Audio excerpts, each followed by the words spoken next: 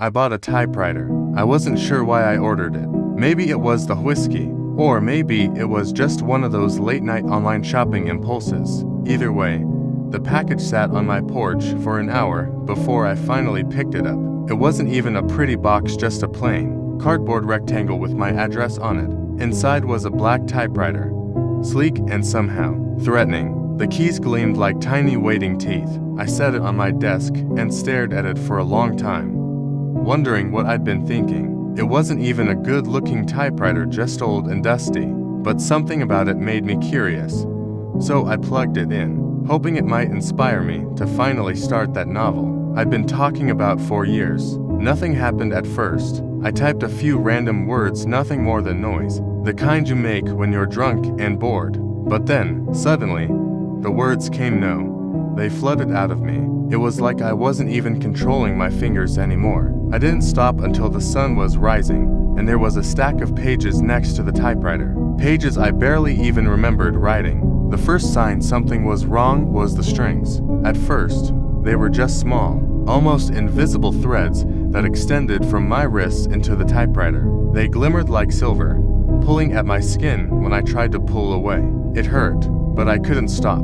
Every time I tried, they'd pull tighter, biting into my flesh.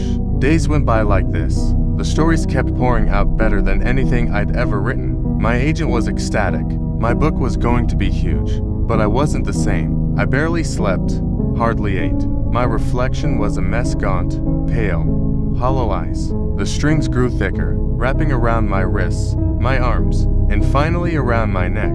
They were tighter than any rope, tighter than any hand around my throat. One night, I woke up to find myself at the desk again, typing furiously. The paper wasn't blank anymore. It was filled with strange symbols, words I didn't recognize. They seemed to move, shift, undulate on the page. I ripped the paper out, threw it into the fire, and watched it burn blue, the strings around my wrists tightening until they were cutting into my skin. I screamed, but the typewriter didn't care. It kept going. I stopped resisting after that. I was too weak, too tired. The typewriter was no longer just a tool, it was my master. I would sit at the desk, not remembering how I got there, just feeling the urge to write. And every time, the words that came were more alien, more twisted. The strings grew thicker, stronger, until I was more string than man. One night, the typewriter stopped. I was there, my hands hovering above the keys, waiting for something to happen. The strings twitched once, twice, then pulled me forward. I didn't even have time to scream before I was sucked into the typewriter, into the waiting,